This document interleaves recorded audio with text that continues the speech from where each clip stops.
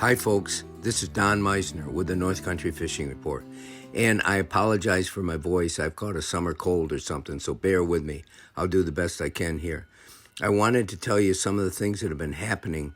And for me to be able to have a chance to go back to the Grass River, my favorite place in the summer, to fish for smallmouth is a great time for me. You know, I look forward to it all year. And so I recently went over there and did my same thing in my favorite area. And one of the things I was looking for is, do the pools look the same? Well, most of them did, and I was able to find bass.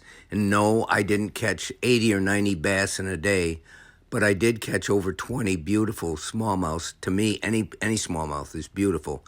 But I had several that were probably 2 pounds. And believe me, with an ultralight rod and the little bitty baits that I use, and through the last several years, I've discovered a lot of small, soft plastic baits that really work well. And so I took all of those with me, and it didn't seem to matter what I put on. If I presented it right in the pool, meaning correctly in the pool, I would catch a bass. And it was really amazing. And the secret to fishing these, I was using a jig head about 1/16 to 1/20 ounce. And believe it or not, that is too heavy for the way I fish these pools.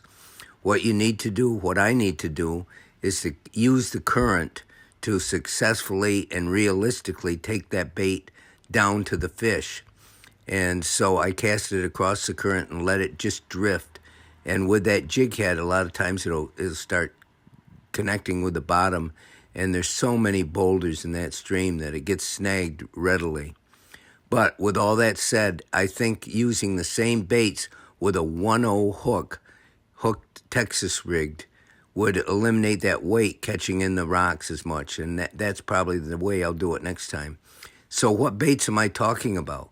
One of the baits that I discovered last year were the Max Scent Berkeley soft plastic baits. These are very expensive, but the tubes that they have are just sensational. The fish just love them. And they make little crayfish, and they make Ned rig worms. You know, they're called Little Generals, or I can't remember the name of the other one, but they all work, and they work wonderfully. What I'm trying to tell you is there's no magic bait. I think I've found it every year, and I go on about it, but lots of things do work.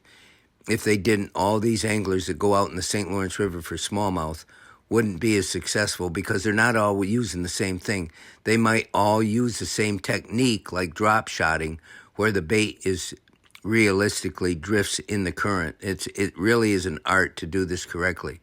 It requires boat control and an understanding of how a bait should look in the water.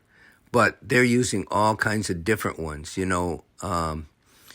It's important that you realize this, and I honestly think that if I'd been using a little spinner like a rooster tail, I might have even caught more fish. I haven't talked about this in years, but a lot of bass are caught on inline spinners, and I think it's for anyone that has never done this kind of fishing before in the Grass or the St. Regis River. This is the way or the Racket River as well. A little spinner could work wonderfully. It's something that a person that's never fished before could do well, because all you got to do is throw it out and reel it and make sure it doesn't snag in the bottom. As long as those blades are turning and you've got a good colored tail on it, you have a really good chance of catching these fish. It was a wonderful time for me, and there's a couple aspects of this that I really want to talk about at some point, but I'll save that for another fishing report. So until next time, folks, this is Don Meissner with the North Country Fishing Report.